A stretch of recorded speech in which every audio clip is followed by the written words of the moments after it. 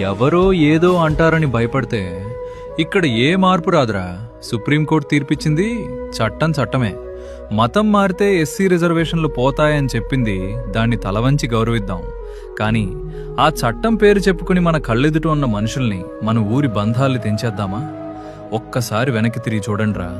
ఈ ఊరి మట్టిలో మన తాతలు ముత్తాతలు అందరూ కలిసి చనిపోలేదా? పక్కన పక్కనే సమాధులు కాలేదా? మరిప్పుడేమైంది?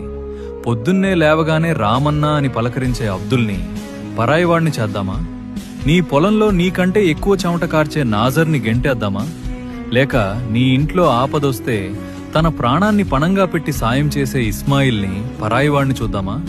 రేయ్, వాళ్ళందర్నీ ఊరి బయటికి నెట్టేస్తే ఇక్కడ మిగిలిన మన హిందువులంతా సుఖంగా ఉంటారా? లేదురా. వాళ్ళు వెళ్ళాక రేపు మనలో మనకే కులంచిచ్చు మొదలవుద్ది.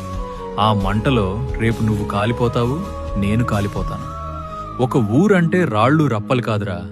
ఆపదొస్తే ఒకడి భుజం మీద ఒకడు చెయ్యి వేసి నేనున్నా అని చెప్పే మనుషులు. మతం గుండె లోపలుండాలిరా, కాని బయటికొస్తే మనిషి మాత్రమే కనిపించాలి. ఈ తోడుని దూరం చేసుకుంటే రేపు నువ్వు అనాథవి, నేను అనాథనే. మనమంతా ఒక్కటే. ఈ మట్టి సాక్షిగా మనం భారతీయులం. ఈ మాట చెప్పడానికి నాకు భయం లేదు. ఎందుకంటే నాకు మతం కంటే నా తోటి మనిషి ముఖ్యం. జాగ్రత్త.